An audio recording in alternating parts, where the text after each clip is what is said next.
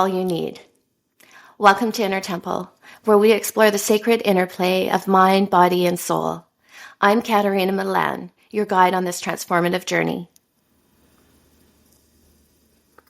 Today's episode is about the experience of feeling like a square peg in a round hole, of being told implicitly or explicitly that who you are isn't quite right, that you need to smooth your edges, sweeten your presence, and conform to fit the expectations of the world around you. This episode is inspired by a soul collage I created called Square Peg Round Hole. The image of honey cascading over stacked spoons speaks to the forced sweetness many of us adopt to survive, while the woman's gaze reflects the quiet rebellion of someone yearning to reclaim their truth. Together, these symbols capture the tension between individuality and conformity, and the courage it takes to honor our authentic selves. Let's begin. From a young age, many of us learn that being ourselves isn't always enough. We're taught to tone down, to fit in, to mold ourselves into shapes that make others comfortable. But in doing so, we lose something precious, our authenticity, our uniqueness, the very essence of who we are. The collage reflects this tension perfectly. The honey, with its rich golden flow, symbolizes the sweetness we often force upon ourselves to be palatable to others. It's beautiful, yes, but also heavy. Its weight cascading down, threatening to drown the individuality it touches. And then there's the woman, her expression contemplative and strong, as if questioning the need for all this sweetness, all this forced conformity. She knows, as we all do deep down, that who she is, raw, unfiltered, and real, is enough. This collage reflects a feeling that I've carried with me for as long as I can remember. The sense of being a square peg trying to fit into a round hole. Growing up, this feeling wasn't just about societal expectations. It was deeply personal. I was adopted, and while I loved my family, I always felt so different from them. My mom and dad had their own rhythms, their own ways of seeing the world, and I felt like I didn't quite belong in the mold that they had created. But it wasn't just personal, it was cultural too. We live in a society that upholds perfection as the ultimate goal. The cultural archetype tells us, be perfect and you won't be judged. Be perfect and no one will abandon you. It promises safety, approval, and love, but only if you never slip, never falter, never show your flaws. For me, perfectionism wasn't just about fitting in. It was about survival.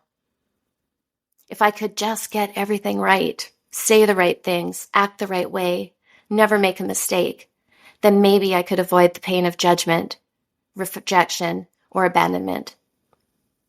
I mean, who would abandon someone who's perfect? And more than that, perfection gave me a sense of control. If I could control how others saw me, then maybe I could control whether they stayed, or whether they loved me, whether I was enough. But perfectionism is an illusion.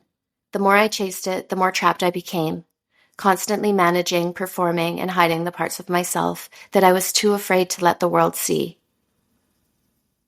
The honey in this collage speaks to this, the forced sweetness, the exhausting effort to be palatable, acceptable. It's beautiful on the surface, but underneath it's heavy, sticky, and unsustainable. And yet, the woman in the collage reminds me of the moment I realized that I couldn't keep living this way. Managing shame through perfection wasn't saving me, it was imprisoning me. I didn't need to be perfect to be loved, I just needed to be me. And when I finally stopped pouring the honey, stopped chasing control, I discovered that my edges, my imperfections, my truth, they were what made me whole. As always, I wrote a poem to go with the collage called Square Peg, Round Hole. I bent, I twisted, I poured myself thin. Fit the mold, wore the grin. Honey sweet, they said, you're just right. But in my soul, something felt tight. A square peg in a world of round, edges softened, truths unbound. But the more I gave, the less I knew, the face in the mirror no longer true. So I stopped the pour, let the honey fall, broke the mold, reclaimed it all. Edges sharp yet beautifully whole, no longer confined, I am my soul. This poem speaks to the journey of breaking free from the expectations that confine us. It's about recognizing the ways we twist ourselves to fit and finding the courage to stop, to stand in our truth, and to embrace our edges.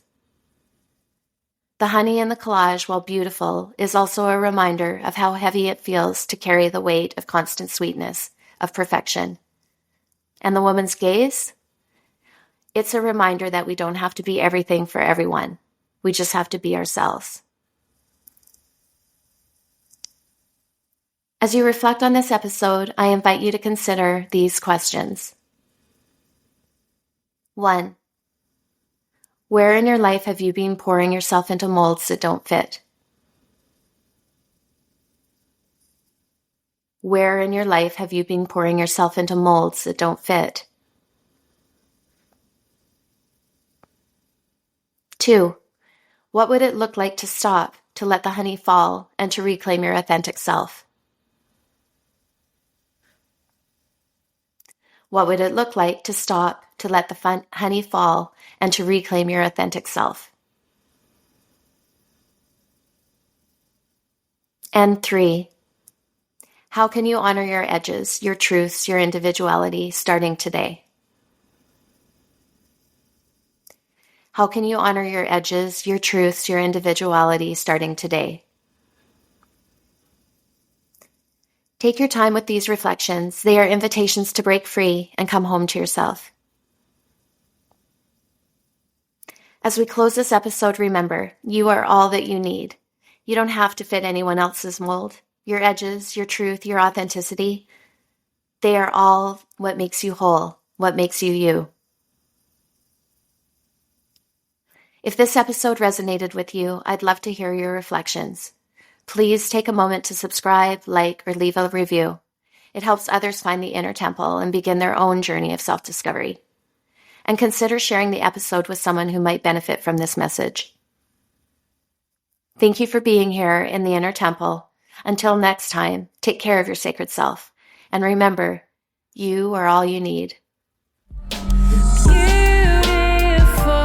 human being, you give